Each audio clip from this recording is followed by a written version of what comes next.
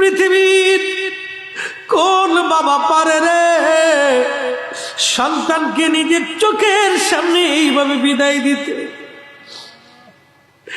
হযরত ইমাম হুসাইন ডেকে বললেন, আলী আকবর, তুমি তোমার মায়ের খেদমতে চলে যাও। বলল, আব্বা হুজুর, আমার বড় ভাই ইমাম কাসেম শহীদ হয়ে ঘুমায়। আমার কত সাথীরা এই জমিনে ঘুমাইতেছে গো, আমাকে ফিরাবেন না, আমার শাহাদাতের লিপ্সা লেগে গেছে, আমাকে ফিরাবেন না, একটা মাত্র জীবন, আপনার কদমে কুরবানি নজরানা পেশ করে আসি, সুযোগ করে দেন, আমাকে দয়া করে ফিরাই দিবেন না আব্বা হুজুর।